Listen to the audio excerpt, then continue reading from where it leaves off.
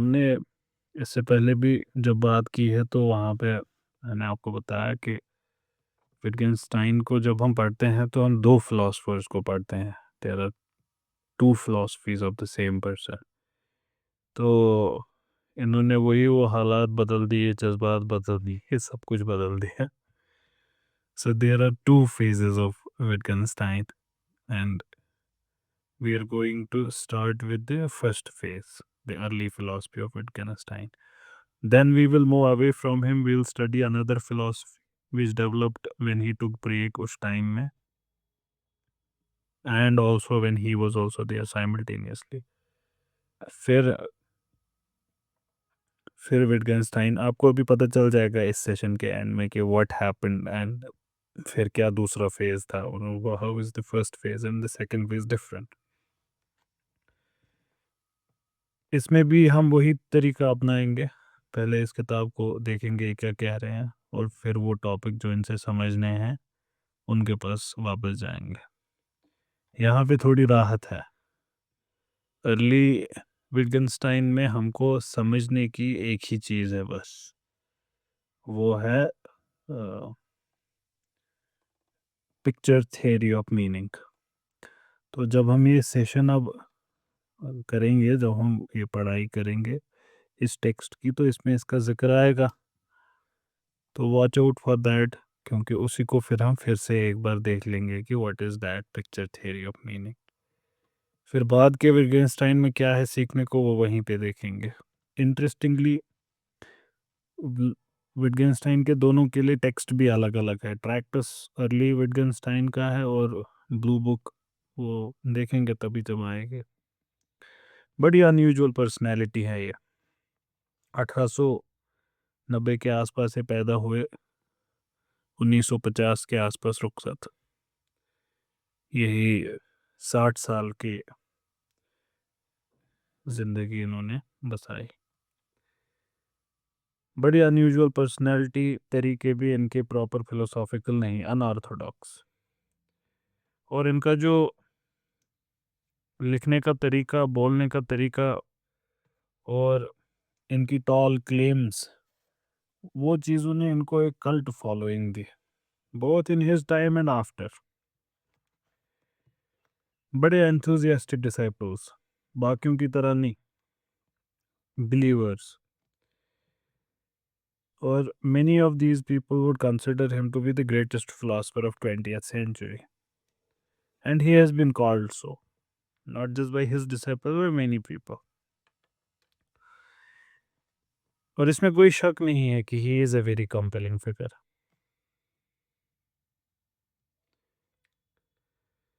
और इनके जो कंट्रीब्यूशन है फ़लसफ़े में, some of them are like part of the canon now.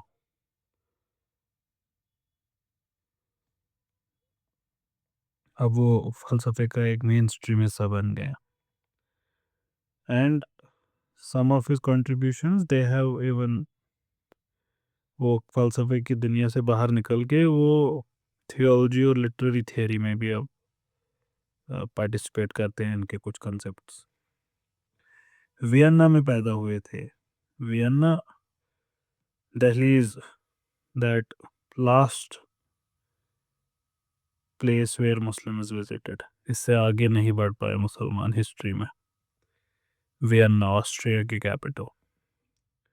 अपनी फैमिली में बड़े सबसे यंगेस्ट थे, एक अच्छी खासी इंडस्ट्रियलिस्ट फैमिली से थे, कार्ल विटगेन्स्टाइन की फैमिली से, जो अपने सोसाइटी के अपर एशेलॉन्स में से थे। तो their home was a kind of cultural centre for Viennese culture. Different different महान हस्तियां दौर के घर के विजिटर्स हुआ करते थे, और ये सारी चीज़ें ये चलती रही इनकी बचपन से ही। इनकी माँ रोमन कैथोलिक थी और फैमिली एंसेस्टर्स दोनों, फादर और मदर की साइड से, they are converted from Judaism. Wittgenstein भी एक रिलीजियस फिगर है और इंटरेस्ट इनका रिलीजन में इनकी आखिरी सांस तक रहा। अलबत्ता यहाँ पे भी ये थोड़ी डिफरेंट है। अनऑर्थोडॉक्स बिलीफ्स थे इनके। कार्ल विटगेनस्टाइन ने इनको और बाकी सब इनके जो सिबलिंग्स थे सबको घर पे ही पढ़ाया, बट नॉट वेरी सक्सेसफुली। ये प्रैक्टिस कोई ज़्यादा सक्सेसफुल नहीं रही। उनको क्या पढ़ाते थे वो भी वो खुद ही डिसाइड करते थे, what their children wanted to had to learn. Eventually जब विटगेनस्टाइन 14 साल की उम्र में स्कूल भेजे गए तो कुछ ज़्यादा खास नहीं कर पाए। अलबत्ता जिस स्कूल में ये पढ़े वहाँ पे एक फेलो स्टूडेंट था, एडोल्फ हिटलर। एडोल्फ हिटलर और इनकी एज सेम है। अलबत्ता विटगेंस्टाइन तब भी उनसे 2 क्लासेस सीनियर थे स्कूल में। स्कूल हजरत को कभी पसंद नहीं आया और कभी वहाँ ये खुश भी नहीं थे, और इसका नतीजा आपको पता ही है, he could never flourish in his school. 3 साल वहाँ रहे और वहाँ से निकल गए तो बीच रास्ते सफ़र छोड़ के आ गए। So could not have any qualifications जिससे इनको यूनिवर्सिटी में दाखिला मिल जाता। और ये विटगेन्स्टाइन के लिए एक ब्लो था, because he had a desire to study physics.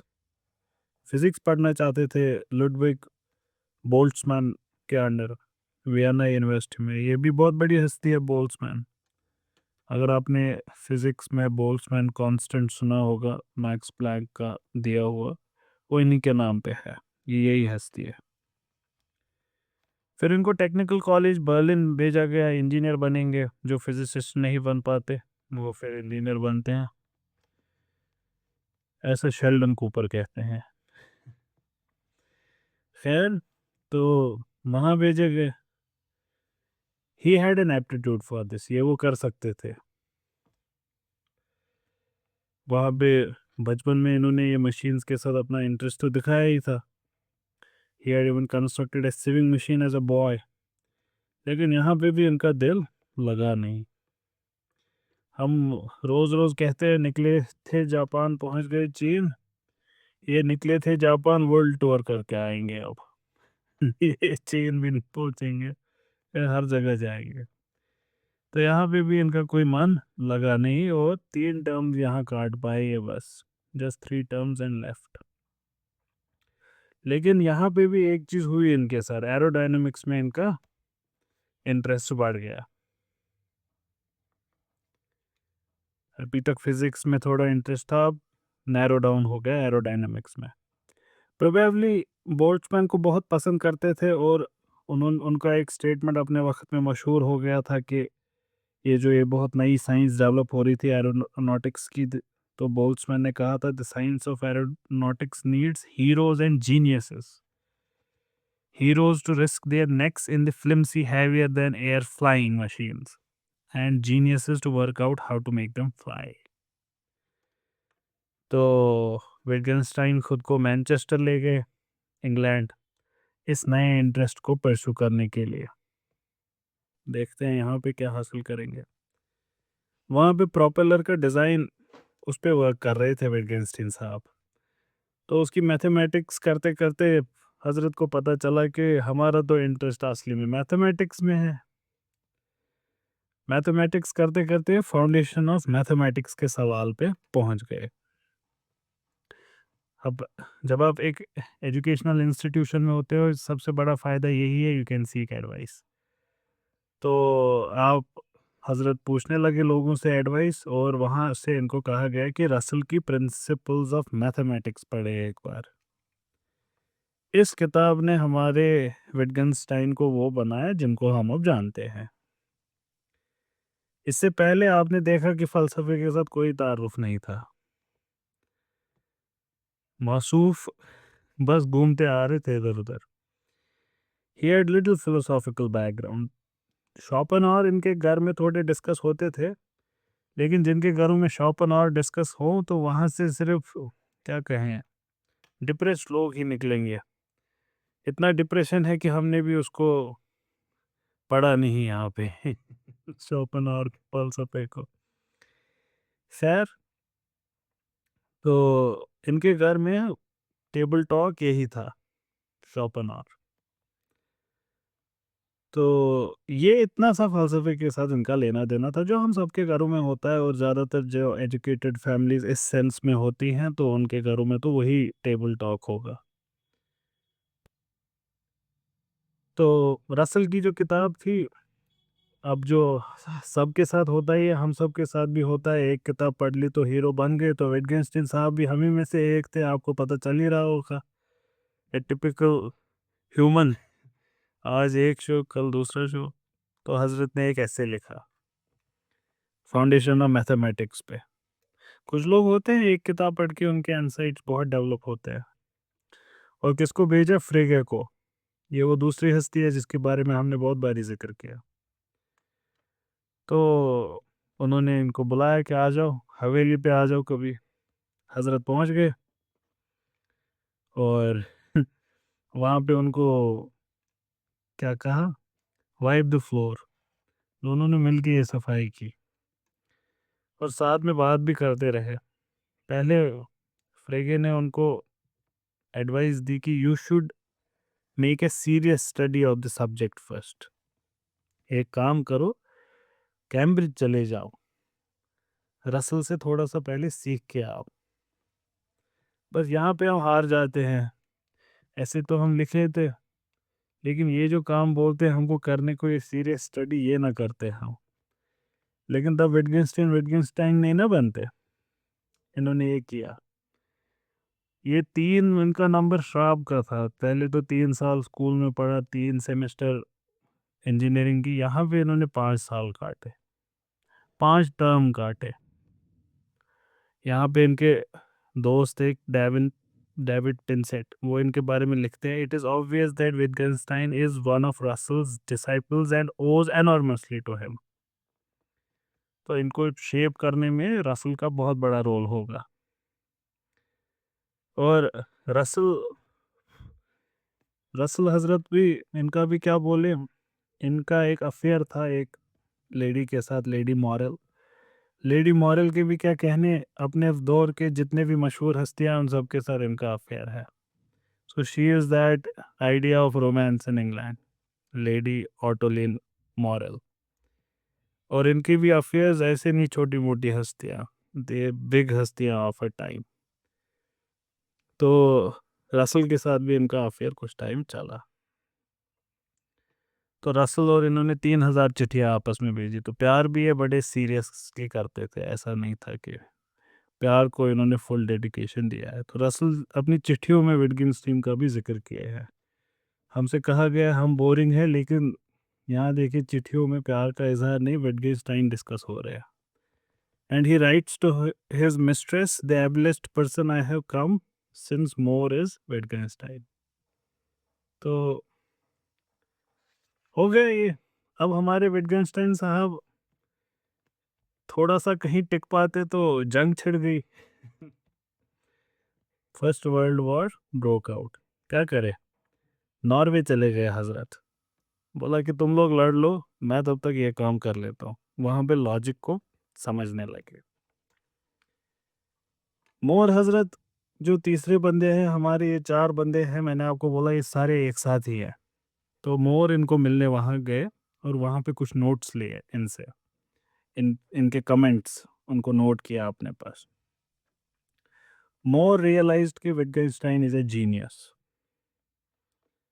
और बाद में मोर ये रिमार्क करते हैं कि मेरे लेक्चर्स सुनने के बाद देयर वाज ओनली 1% जो उनसे बहस करता था, और दैट वाज विटगेन्स्टाइन।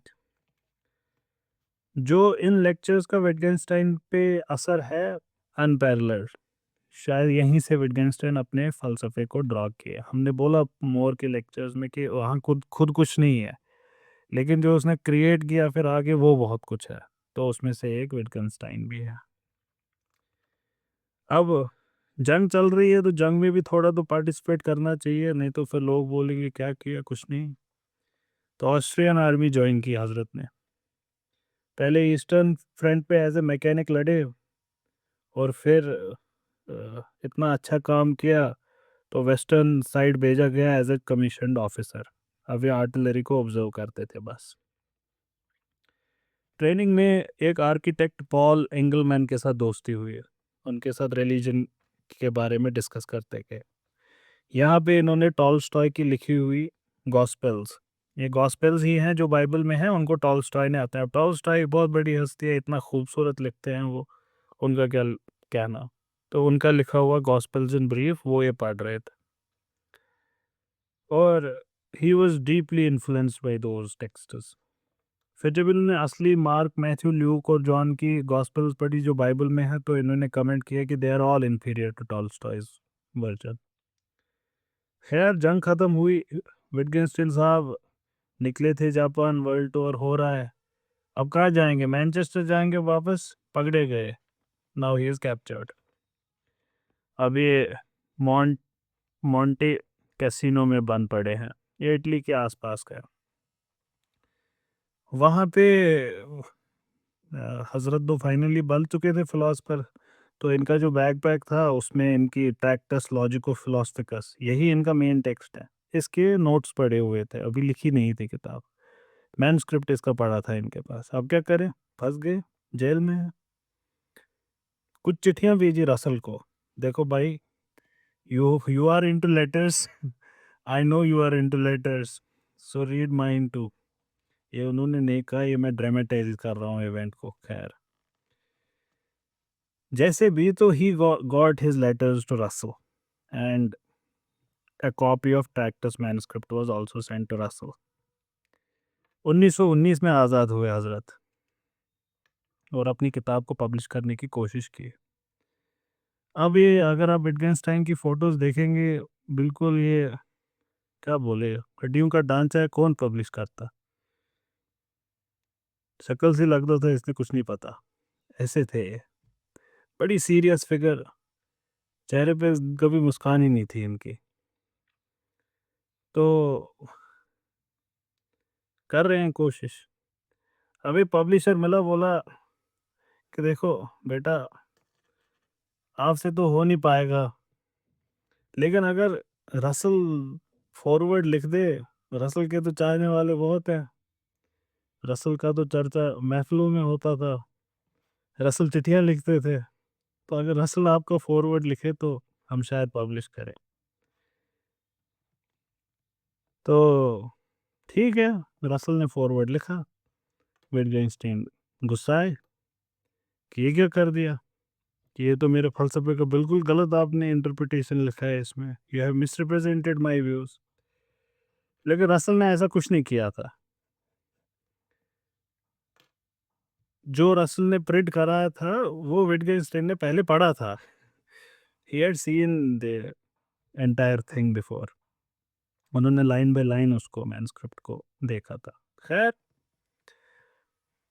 ट्रैक्टस वाहिद एक किताब है जो हमारे विटगेंस्टाइन साहब ने पब्लिश किया, इसके अलावा इन्होंने कोई वर्क पब्लिश नहीं किया। इसके अलावा इनके नाम पे बहुत वर्क्स हैं, वो आगे हम जिक्र करेंगे, लेकिन खुद जो इन्होंने लिखी वो ट्रैक्टस है।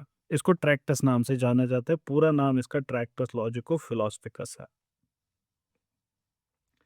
अब हमारे जो मासूफ है, मासूफ की तबीयत को देखे, इस किताब को लिखने के बाद क्विट किया जॉब। पूछा, हजरत क्विट क्यों कर रहे हैं? कहते अब क्या करना है, हो तो गया हल मसला, कर तो दिया मैंने हर एक प्रॉब्लम ऑफ फिलोसफी हल। और ये मजाक में नहीं कह रहे हैं, ये सीरियसली कह रहे हैं कि philosophy has ended now, all the problems that were there I have answered them in the book. अब मुझे क्या करना है यहाँ रह के, अब मैं ऐसा नहीं हूँ कि यहाँ पे बैठा रहूंगा यूनिवर्सिटी में। हम चले, हम फकीर आदमी हैं, झोला लेकर निकल गए। And therefore he abandoned the subject and became a school teacher. School teaching में भी इनकी एक कहानी मैंने सुनी है, खैर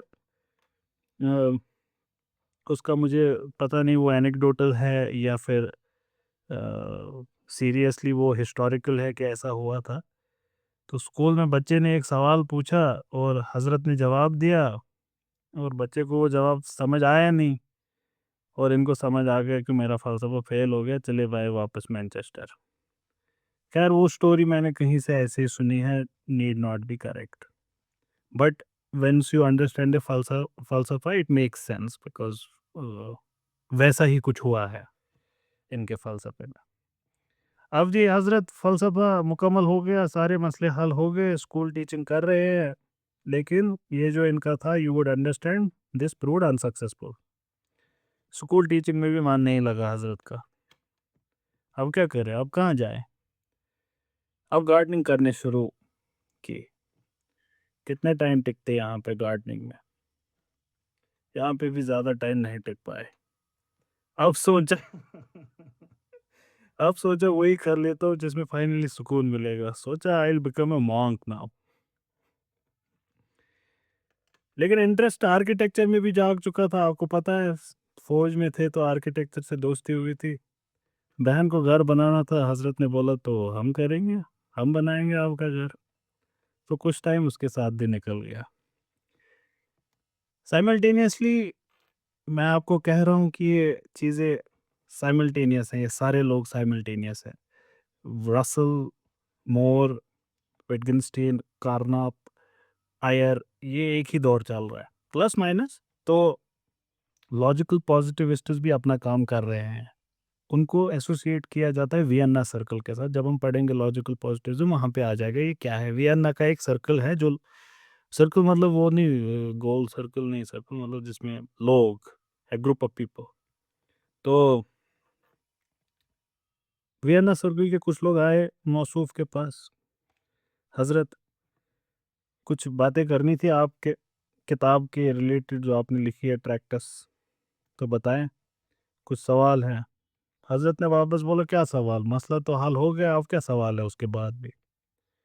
बोला नहीं नहीं बात तो सुने पहले। तो बात छिड़ गई, इनको पता चल गया कि सारे मसले हल नहीं हुए थे। बोला चलो वापस चलते मसले हल करने के लिए, फायर ब्रिगेड लेकर आ गए सर। तो वापस कैम्ब्रिज पहुंच गए 1929 में, 1929। यहाँ पे इन्होंने ट्रैक्टस को पीएचडी के लिए सबमिट किया। अब बोला कि अब उम्र भी कट गई है, थोड़ी सी एक डिग्री भी हासिल कर ले। And this is the only degree he ever got. आप समझ रहे हैं, ये शख्स शख्स न 10th पास है, न 12th पास है, न बैचलर्स है, न मास्टर्स है, ये डायरेक्ट पीएचडी है। जिंदगी हो तो ऐसी हो। लव लेटर्स में शख्स का जिक्र हो रहा है। खैर, पीएचडी की थीसिस रसल ने और मोर ने ये की एग्जामिन। आए तो घर की बात है, रसल को तो पसंद आ गई। अलबत्ता मोर ने एग्जामिनर रिपोर्ट में लिखा this is a work of genius but it otherwise satisfies the requirements for the PhD. तो खैर, रसल ने बोला कि ये नहीं टिकने वाला एक जगह, इसको कहीं पे बांध देते हैं। शादी तो इनको बांध नहीं सकती थी, 5 साल की फेलोशिप कैम्ब्रिज में दे दी इनको। यहाँ पे विटगेंस्टाइन अपने सेमिनार कंडक्ट करते रहे, स्टूडेंट्स नोट्स लेते रहे, और स्टूडेंट्स इनके कल्ट छोटे छोटे विटगेंस्टाइन तैयार कर रहे थे जैसे। And these notes they resulted in a pair of volumes which are now published as Blue Book and Brown Book। और ये जो इनकी बातें होती थी, इनको इनके स्टूडेंट्स ऐसे आगे ले जाते थे, फिलोसफर्स के मुंह पे मार देते थे।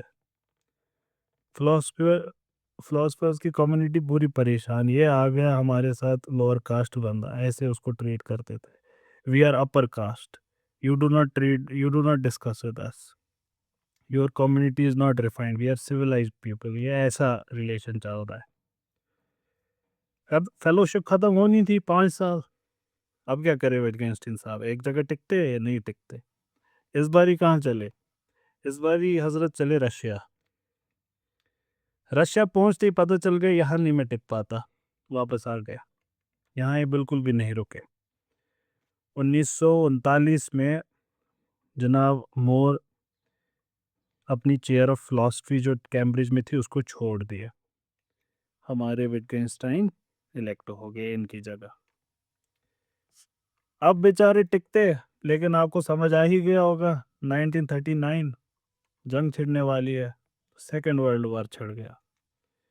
इनको ज़्यादा दिक्कत नहीं होती, लेकिन इन्होंने बोला यहाँ पे बैठे बैठे क्या करे, तो वॉलंटियर कर दिया कि मैं भी करता हूँ कुछ काम। तो हॉस्पिटल पोर्टर का काम इन्होंने किया, और जंग जब ख़त्म हो गई तो वापस आ गई कैम्ब्रिज। कैम्ब्रिज में he did not live like the other dons, जो बाकी टीचर्स थे वहाँ पे एकेडमिक्स में, उनकी तरह नहीं जीते थे। जो वही मैं अभी कह रहा था, हम लोग हैं, हम कुछ हैं बड़े खास लोग, अब तो ये उन्हीं में से थे। लेकिन he would not join them, he would never dine at the high table, he would always avoid his colleagues. 1947 में बोला कि नहीं भाई, ये मुझसे नहीं हो पाएगा, और प्रोफेसरशिप भी ये की, क्विट। अब ये जब दाएं बाएं ऊपर नीचे हर तरफ देखे, तो सोचा देखो भाई, नॉर्थ ईस्ट भी चला गया, नॉर्वे तो गया हूँ मैं, साउथ ईस्ट से तो आया हूँ, वियना तो गया हूँ मैं, बिल्कुल ईस्ट भी हो आए, अब कहाँ जाए। बोला अब थोड़ा वेस्ट की तरफ देखे, वेस्ट में इंग्लैंड के समंदर ही समंदर है, तो बोला आयरलैंड में रुक जाते हैं। अब कुछ देर आयरलैंड में रुके। यहाँ पे इन्होंने काम किया शुरू अपने नोट्स पे। अ, वो भी फाइनली इनके बाद ही पब्लिश हुए, philosophical investigations, also considered a landmark text. ये मजाक मजाक में भी जो लिख के गए, वो भी is considered a landmark text. अब क्या करें, अब और वेस्ट निकल जाते हैं, समंदर को फांग के हजरत पहुंच गए अमेरिका। यहाँ पे इनके एक दोस्त और इनके शागिर्द भी रह चुके थे, नॉर्मन मैल्कम, उनसे मिलने गए। वहाँ से वापस आए तो पता चल गया कि कैंसर के शिकार है। इतनी खूबसूरत जिंदगी काटी, हैपनिंग जिंदगी काटी, तो then he realised he had cancer. 2 साल ये सरवाइव किए, दोस्तों के साथ कैम्ब्रिज में रहे, 1951 में दुनिया से रुखसत हुए। इस पूरे स्केच में आपने नोटिस किया होगा कि विटगेंस्टाइन ने एक बहुत अनसेटल्ड लाइफ काटी है, highly unsettled life, a kind of haunted life. बहुत सारी थियरीज हैं। One of the prominent ones is कि प्रोबेबली ही वाज होमोसेक्सुअल, और इनके एरा में that was a big no no, it was a taboo thing, and this condition, इसने इनकी life को बिगाड़ दिया। कहा जाता है he suffered in guilt because of this condition of his, because of these acts he had indulged. अलबत्ता इतना जो भी कहा जाए इनकी पर्सनल लाइफ के बारे में, बाहर इन्होंने एक मैजिकल स्पेल कास्ट कर रखी थी, वही ना, कल्ट फॉलोइंग। इनके स्टूडेंट्स किसी और टीचर के स्टूडेंट की तरह नहीं थे, इनके स्टूडेंट्स इनके थे, इनकी रेपुटेशन बहुत हाई। और सबसे ज़्यादा इनकी रेपुटेशन का रीज़न था जब अपने दौर के दिग्गज रसल और मोर जैसे इनकी तारीफ करें, तो उसकी वजह से आप समझ ही सकते हैं क्या होगा। Then the best of the best are तारीफिंग यू, ऑब्वियसली आपकी इज्जत बढ़ जाएगी। And more was this amplified by the cult of his devoted students, जो इनके बोलने का तरीका तक कॉपी करते थे। जैसे ये बोलते वैसे ही बात करते, जो ये जेस्चर्स करते वैसे ही जेस्चर्स करते थे, cult following. And they would treat philosophy as if it were wholly a matter of understanding, agreeing with and expounding Wittgenstein's views. इनके जो स्टूडेंट्स थे, ये बिल्कुल विटगेंस्टाइन के जो बिलीव्स हैं, अगर आप उनसे एग्री करते हैं, आप फलसफा समझ गए। और ये स्पेल इनकी मौत पे ख़त्म नहीं हुई, lasted for decades after them, and that is why these, whatever he spoke turned into books, and these books sustained his aura after him. Tractus जब ये लिखे, ट्रैक्टस का मुद्दा और डिस्कशन वही है जो इस दौर में चल रहा है, analytical way of doing philosophy. It was to show कि problems of philosophy can be solved by understanding how language works. Frege भी यही कह रहा है, रसल भी यही, मोर भी यही, विटगेंस्टाइन भी यही। लैंग्वेज को समझ जाओगे, कायनात को समझ जाओगे। And that we do this later by understanding what Frege and Russell had sought to identify as the logic of our language. ये जो की थॉट है, यही है key to all of his philosophy, both early philosophy and late philosophy. अब आप ये early और लेट में डिफरेंस कर पा रहे होंगे जब प्रैक्टिस लिखी और फिर रिटायरमेंट की जिंदगी जीने लगे कि that is is early philosophy. फिर जब वापस आए वियना सर्कल में या जो मैंने आपको स्टोरी बोली वट एवर प्रॉम्प्टेड दैट, उसके बाद जो फलसफा किया दैट इज लेटर फिलॉसफी. इसके टर्म्स यही यूज की जाते हैं. You can like if you have to Google what would you Google, early philosophy of Wittgenstein या early Wittgenstein, Wittgenstein's early philosophy या लेटर विटगेनस्टीन. आप बुक्स में चैप्टर भी आपको इसी नाम से मिलेंगे, early Wittgenstein and later Wittgenstein. He is treated as two philosophers. और ये लगातार नहीं होगा विटगेनस्टीन में दो चैप्टर्स होंगे, नहीं, ऐसा ज़रूरी नहीं है.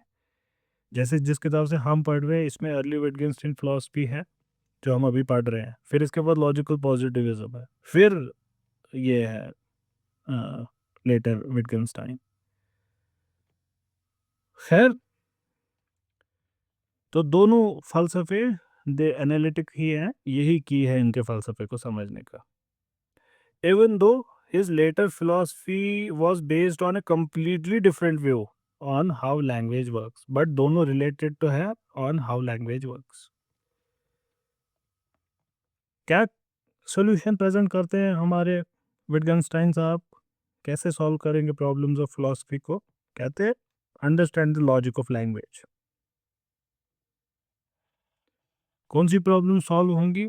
हजरत कहते हैं सारी problems, knowledge, mind, existence, reality, truth, value, जो भी प्रॉब्लम फलसफा एक्सप्लोर करना चाहता है एक ही सोल्यूशन है, लैंग्वेज समझो. तो विटगेनस्टाइन के हिसाब से the solution is achieved not by tracking the problems themselves. Mind के बारे में मत करो बहस, नॉलेज के बारे में बहस करने की ज़रूरत नहीं है, मेटाफिजिक्स वगैरह कोई बहस करने की ज़रूरत नहीं है. You have to show that they are actually non-problems arising from misunderstanding of language. ये तो है ही नहीं प्रॉब्लम जो आपने खुद अपने सामने खड़ी कर रखी है. प्रॉब्लम है लैंग्वेज ना समझना. A correct account of how language works lays an X to the root of the problems.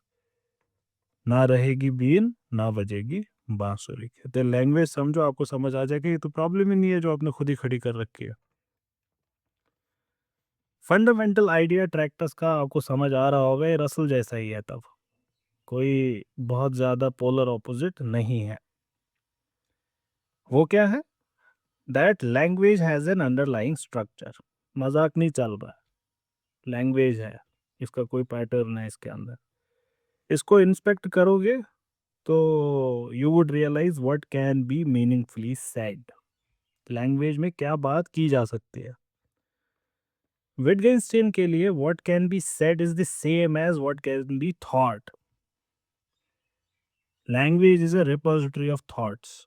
जो आप सोच सकते हो वही आप बोल सकते हैं. So once one has shown what can be meaningfully said, then the limits of thought are also known. If you know the limits of what can be meaningfully said, you have known the limits of thought also.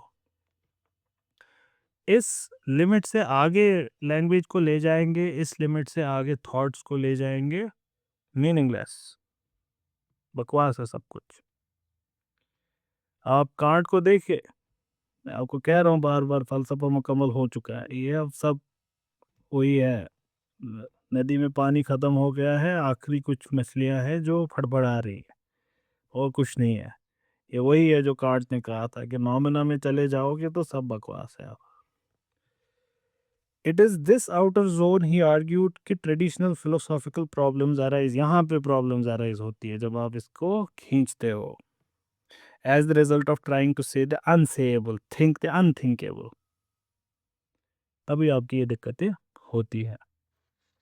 Practice की शुरुआत में लिखते हैं what can be said at all can be said clearly, and what we can not talk about we must consign to silence. खामोश रहें उसके बारे में जिसके बारे में बात नहीं कर सकते. मुझे वो बार बार याद आता है वो मुजना जी का वो सवाल कि कैसे याद रखें फिलोसफर को. This is your statement from Wittgenstein. Wittgenstein का अर्ली फलसफा समझना है तो remember, whatever we can not speak thereof we must remain silent. ये वही स्टेटमेंट है, कॉगितो एर्गो सम एस्से एस्ट परसिपी, ये वही स्टेटमेंट है। ये बहुत मशहूर रिमार्क है इनका कि चुप रहो अगर नहीं पता है कुछ तो। What you can not speak of thereof we must be silent. इन अल्फाज को एक्सप्लेन करते हुए चिट्ठी लिखी इन्होंने रसल को। रसल तो कहीं और चिट्ठियां लिख रहे थे, खैर वो अलग बात है। ये कहते हैं इनसे, and I quote, the main point of the tractus is the theory of what can be expressed by propositions, that is by language, and which comes to be the same thing of what can be thought, and what cannot be expressed by propositions but only shown, which I believe is the cardinal problem of philosophy. विटगेनस्टीन के सामने एक explicit agenda था। अगर philosophy का मकसद है to से nothing accept what can be said, that is the propositions of natural science, that is something that has nothing to do with philosophy. And then whenever someone wanted to say something metaphysical to demonstrate to him that he had failed to give a meaning to certain signs in his propositions, तो क्या ये सब rule out करता है ethics, aesthetics, religion, problems of life as nonsensical? ये सब बकवास है तब? नहीं, इन्होंने वही किया जो कांट ने किया। कांट ने साइंस के मुंह से उसको वापस निकाला बाहर कि तुम्हारा दायरा नहीं, अपने काम से मतलब रखो, इसको करने दो अपना काम। विटगेनस्टाइन भी एग्जैक्टली यही कर रहे हैं। Wittgenstein's answer to this question is no.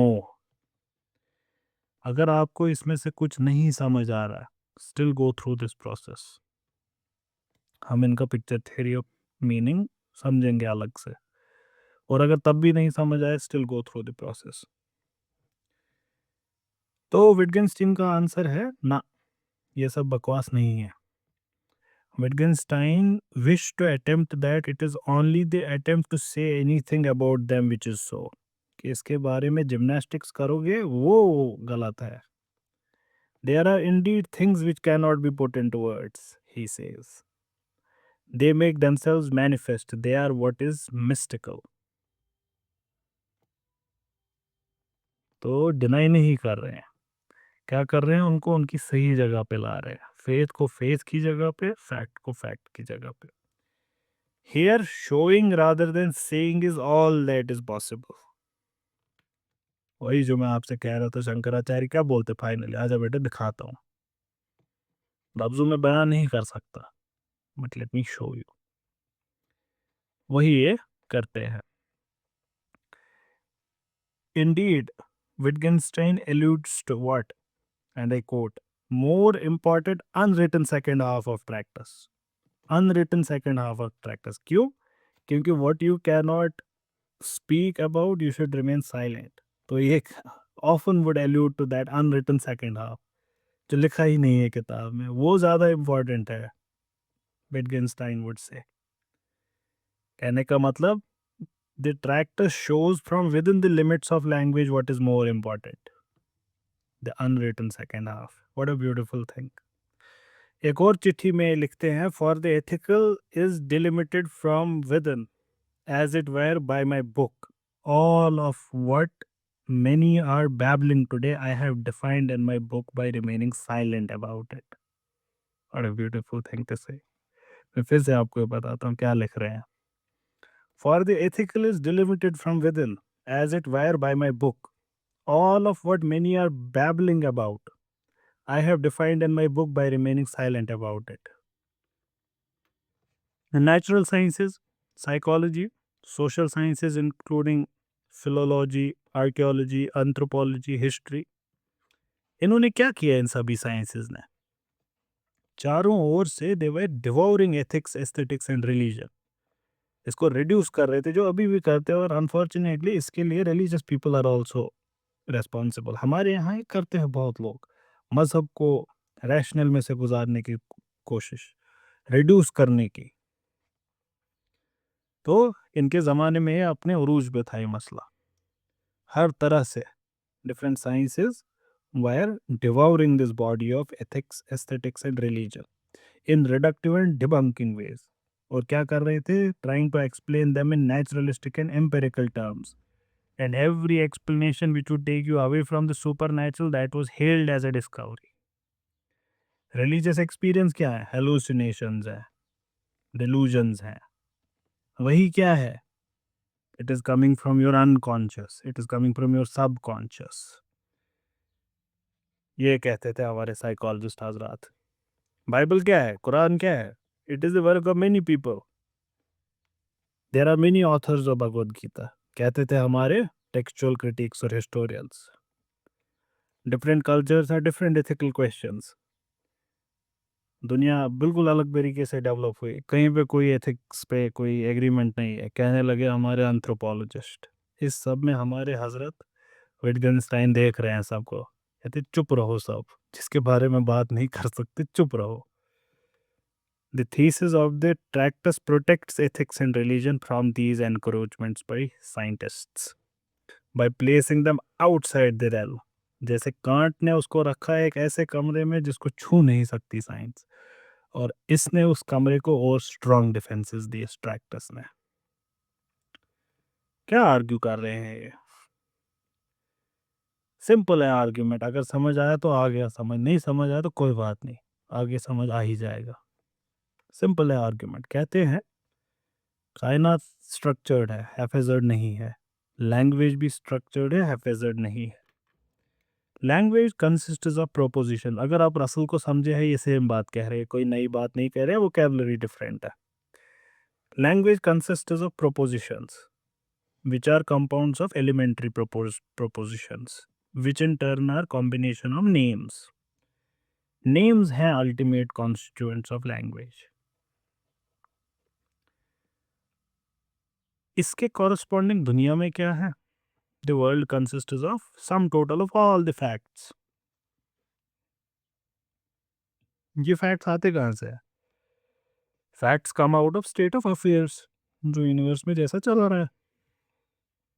अच्छा, ये state of affairs कहाँ से आता है? These come from combination of objects. आपके दिमाग में दिख रहा होगा आपको पैरेलल लैंग्वेज, और ये यहाँ पे picture theory of meaning Ludwig Wittgenstein की आपके सामने है. क्या है picture theory of the meaning? हम उसको डिटेल में देखेंगे लास्ट में. I will repeat picture theory, लेकिन अभी हम इन्हीं का आउटलाइन फॉलो करते हैं. ये जो कहना चाह रहे हैं,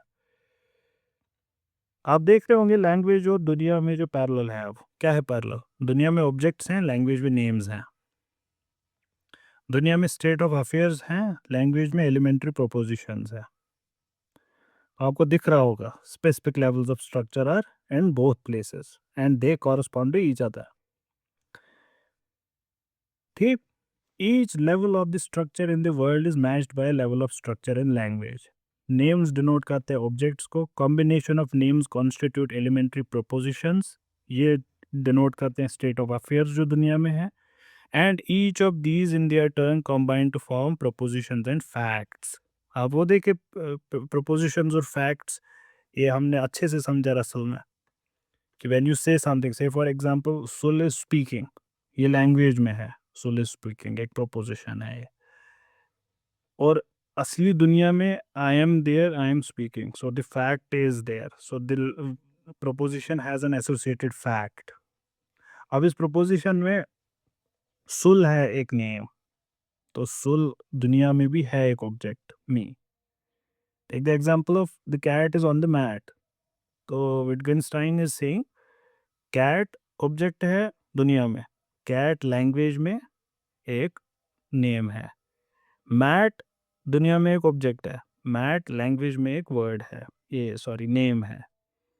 cat is on the mat, is on the is the state of affair. कैसे है ये cat? अब ये दुनिया में state of affair है और language में ये एक elementary proposition है. नहीं समझ आया? आगे बढ़ते, कोई बात. The arrangement of these names at the most fundamental level of language structure mirrors or pictures the arrangement of objects in the most fundamental level in world. So language is a kind of picture of the world. ये है fundamental basis of picture theory of meaning.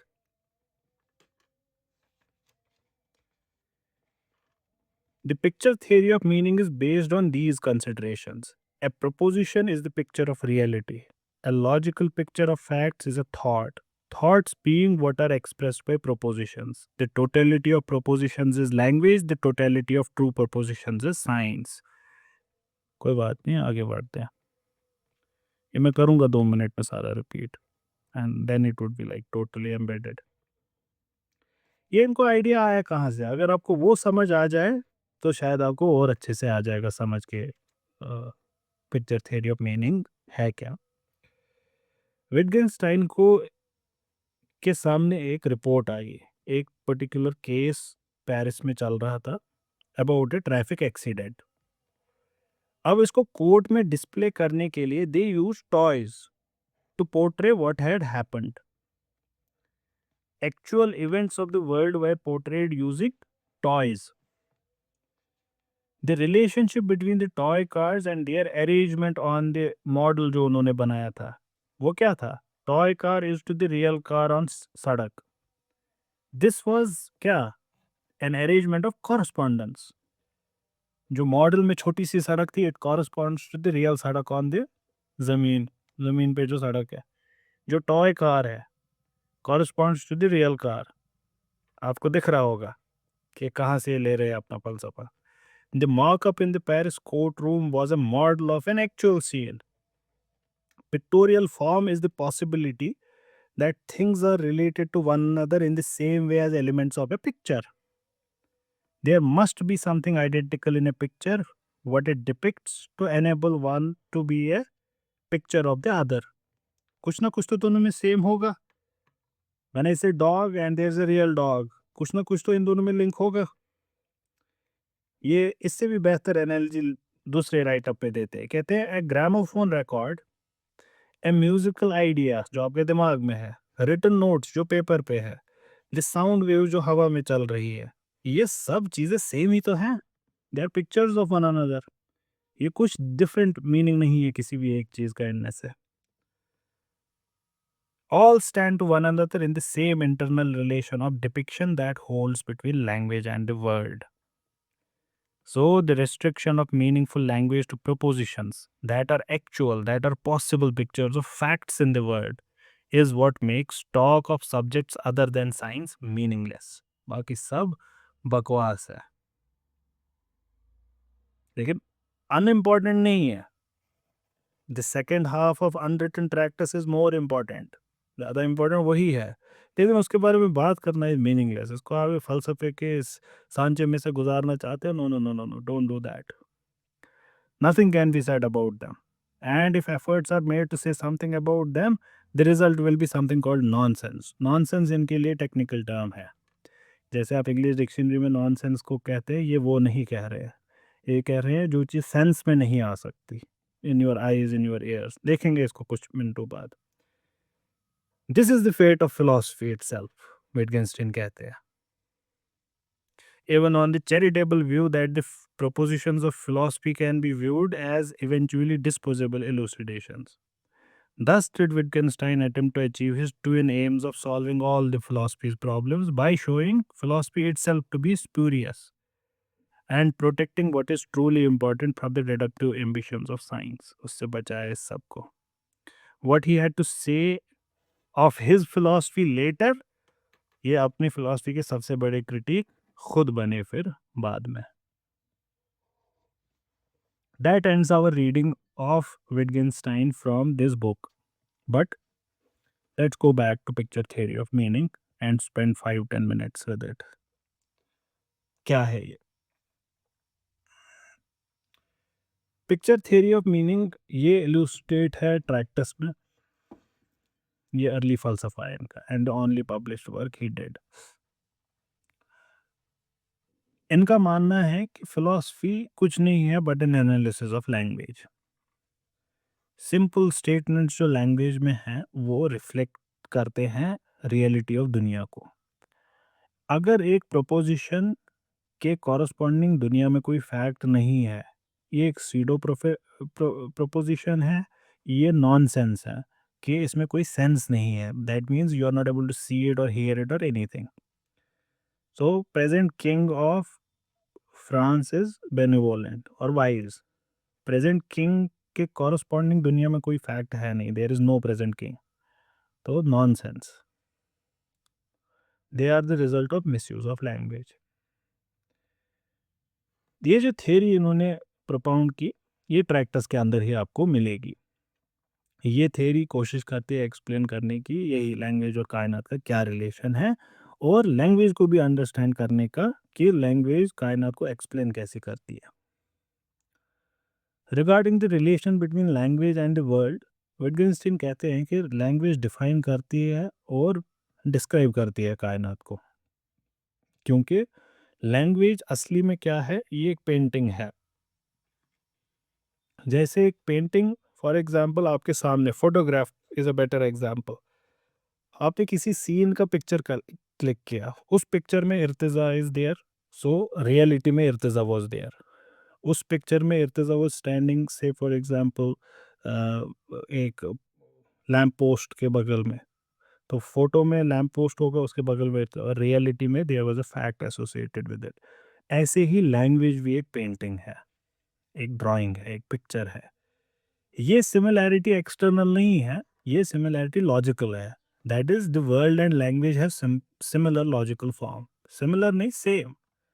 The world is totality of atomic facts, sum total of all atomic facts is equal to world. Language is sum total of all elementary propositions.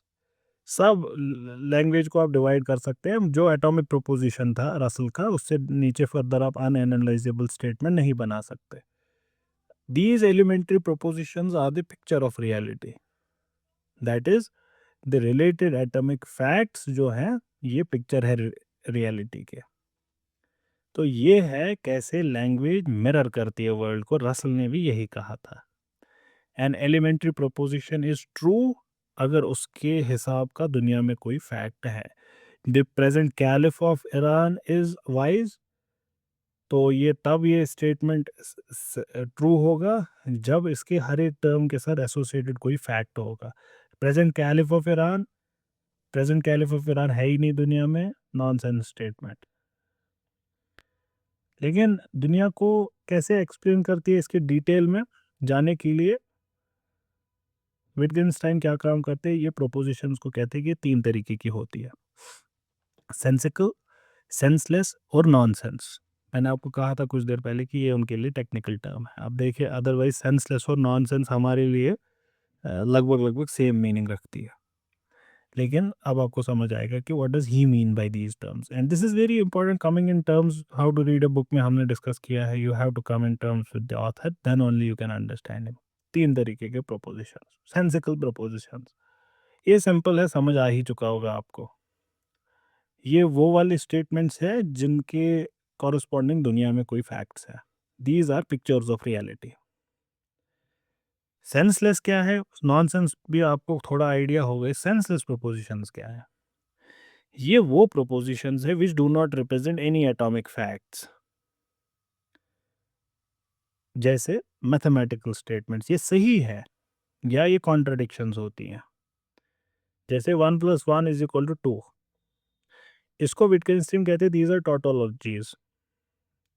1+1 is the same thing as 2, but इसके corresponding आपको दुनिया में कोई fact नहीं मिलेगा। आपको एक Apple मिलेगा, एक और एप्पल मिलेगा, फिर दो एप्पल्स होंगे वो, लेकिन आपको 1 और 1 2 हो गए ये नहीं मिलेगा आपको। These are senseless propositions, senseless. Nonsense propositions ये क्या है, these are neither pictures of reality, that mean sensical propositions, nor are these tautologies और कॉन्ट्रडिक्शंस, दे आर यूजलेस। ये सिर्फ स्पेकुलेशन से हम बनाए सकते हैं।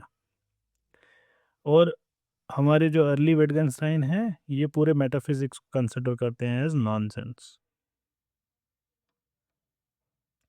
अब ये जो ये सेंसिकल प्रोपोजिशन है, जो पिक्चर थ्योरी ऑफ रियलिटी में, पिक्चर थ्योरी ऑफ मीनिंग में हमको फाइनली रियलिटी की पिक्चर बना कर देंगे, ये सेंसिकल प्रोपोजिशन को 3 क्राइटेरिया फुलफिल करने हैं, तब ये रियलिटी के बारे में ही बात कर रही है। ये क्या है 3 क्राइटेरिया, एक-एक करके देखते हैं। पहला 1 to 1 correspondence. There must be a 1 to 1 correspondence between the constituents of facts of the world and the constituents of propositions which you are using in your language. That is, जो आप fact state करना चाहते हैं उसमें जितने elements हैं आपकी language में भी उतने एलिमेंट्स होने चाहिए। तो आप इसको कह सकते हैं कि प्रोपोजिशन आइसोमॉर्फिक होनी चाहिए, आइसोमॉर्फिक पिक्चर होनी चाहिए। Cat is on the mat, बाहर भी यही है स्ट्रक्चर लॉजिकल। कैट है असली कैट, रियल कैट, मैट है और कैट उस मैट पे है। आपकी लैंग्वेज में भी इतना ही है, 1 to 1 correspondence, names are corresponding to one another. दूसरा, आइडेंटिटी ऑफ लॉजिकल फॉर्म। तो प्रोपोजिशन की जो लॉजिकल फॉर्म है वही होनी चाहिए जो दुनिया में उसकी लॉजिकल फॉर्म है। The order of arrangements of the objects of the fact is the logical form of the fact, कि कैसे वो ऑब्जेक्ट्स आपस में अरेंज्ड है। और ये देखिए, अगर आपको ये नहीं समझ आ रहा दैट्स ओके, बिकॉज हम लोगों ने वो नहीं पढ़ी ना प्रिंसिपिया मैथमेटिका, क्या ये जो दुनिया के जो हमारे सामने हैपनिंग्स हैं इनको मैथमेटिकल फॉर्म में कैसे लिखे। जब आप उनको मैथमेटिकल फॉर्म में लिखेंगे, लॉजिकल फॉर्म में लिखेंगे और फिर लैंग्वेज को भी लॉजिकल फॉर्म में लिखेंगे, दोनों का स्ट्रक्चर सेम होना चाहिए। दैट मीन्स अगर आपका function of x is equal to x square plus y, ये है आपका जो सामने है अ, अ, दुनिया, ये उसका लॉजिकल फॉर्म था।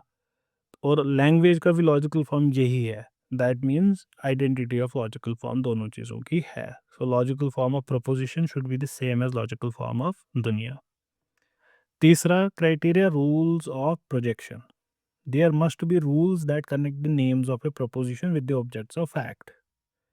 ये है simple referential theory of meaning. Wittgenstein says that these are determined by our mental act, कि जब आप कैट कहते हैं तो कैसे पता कैट के बारे में बात हो रही है। तो ये कहते हैं कि हमको पता होती है, ये मेंटल एक्ट हमको कर देता है, ये वहाँ से हमारे पास ये अंडरस्टैंडिंग आ जाती है कि जो नाम हम कर रहे हैं इस्तेमाल, वो उसी के लिए कर रहे हैं जिसके लिए कर रहे हैं। When a proposition fulfills all of these criteria, it becomes a picture of a corresponding fact. अब अगर cat is on the mat in real world लेकिन आप कह रहे हैं donkey is on the mat, तो तीसरा क्राइटेरिया फेल हो गया। तो इसीलिए आप देखेंगे क्रिटिक ऑफ प्राइवेट लैंग्वेज, वो हम देखेंगे बाद में, कि आप हम नहीं तो हम तो बाबू और मैं तो इसको डोंकी ही बोलते हैं, वो नहीं चलेगा आप इनके सामने, विटगेन्स्टाइन के सामने। खैर, that's a topic for other day. When a proposition fulfills these criteria, it is a picture of the corresponding fact. Further, it is on this basis that all logical and mathematical propositions, which are either tautologies or contradictions, they are labeled senseless because they do not picture any fact. Propositions which are neither picture nor senseless are nonsense propositions. खैर, ये तो हो गया विटगेन्स्टाइन का early फलसफा। इसकी criticism भी है। इसके सबसे बड़े क्रिटिक लेटर विटगेन्स्टाइन है। खुद ये बता देते हैं पूरा कि मैंने क्या क्या गड़बड़ करी है। ये एक्सप्लेन करते हैं कि how he took for granted कि language has only one function which is description of fact. वो जो मैंने आपको एनेक्डोटल स्टोरी के बारे में बताया था, वो ये उसको भी it is like that story falls in line with this thing. ये कहते हैं फिर बाद में कि लैंग्वेज के इतने ही फंक्शंस नहीं है, language has a lot of function. जैसे हेलो, हेलो की कोई पिक्चर नहीं है दुनिया में, हेलो की कोई पिक्चर नहीं है दुनिया में, कोई फैक्ट नहीं है उसका दुनिया में एसोसिएटेड। ये कहते हैं जैसे क्वेश्चंस, क्वेश्चन के भी एसोसिएटेड कोई फैक्ट नहीं होता। इमोशन को एक्सप्रेस करने के लिए भी जो वर्ड्स हैं उनका कोई फैक्ट नहीं है। So language being a picture of reality, it's only a superstition. More over, इनका फ़लसफ़ा अगर इस्तेमाल करें इनके खुद के फ़लसफ़े पे, तो इनका खुद का फ़लसफ़ा ही बन जाता है नॉनसेंस। फॉर एग्ज़ाम्पल प्रोपोज़िशन जो इन्होंने कहा कि लैंग्वेज मिरर्स द वर्ल्ड, यहाँ लैंग्वेज के लिए एसोसिएटेड फैक्ट है ही नहीं कोई। It does not correspond to any object in the world, neither does the proposition describe any fact. तो इनकी खुद की एक्सप्लेनेशन नॉनसेंस है। लेकिन ये क्रिटिसिज्म नहीं लेनी चाहिए हमें। क्यों नहीं लेनी चाहिए ये क्रिटिसिज्म? क्योंकि ये खुद वो पॉइंट आउट करते हैं, कहते हैं कि हाँ, मेरी जो बात है ये सब नॉनसेंस है। Use it as a ladder, इस लैडर को इस्तेमाल करके जब ऊपर वाले माले पे पहुंच जाओगे, थ्रो दिस लैडर अवे, ये कहते हैं खुद ही Wittgenstein. Thirdly, it is assumed that a name has a definite meaning, लेकिन हकीकत में ऐसा नहीं है, कंटेक्स्ट के साथ बदल जाती है वर्ड्स की मीनिंग। जैसे water is a colourless liquid and water is H2O, ये दोनों प्रोपोजिशंस ये दिखाते हैं कैसे दोनों जगहों पे हमने सेम नाम को यूज किया लेकिन डिफरेंटली एक्सप्लेन किया। Thus, there is no reason to accept the picture theory की वन टू वन कॉरस्पॉन्डेंस होगा। एंड लास्टली, अगर हर एक नाम के साथ एक एसोसिएटेड ऑब्जेक्ट है, then the names would become meaningless as soon as the object is destroyed. For example dinosaur, इसके एसोसिएटेड कोई फैक्ट ही नहीं है। या अशोक, अशोक की डेथ हो गई, आप किसको अशोक बोले, this word is meaningless. So his theory cannot be accepted, though it does throw a lot of light on how language works. So that would be it for today. कल इंशाल्लाह इसको कंटिन्यू करेंगे और कल हम लॉजिकल पॉजिटिविस्ट से start करेंगे।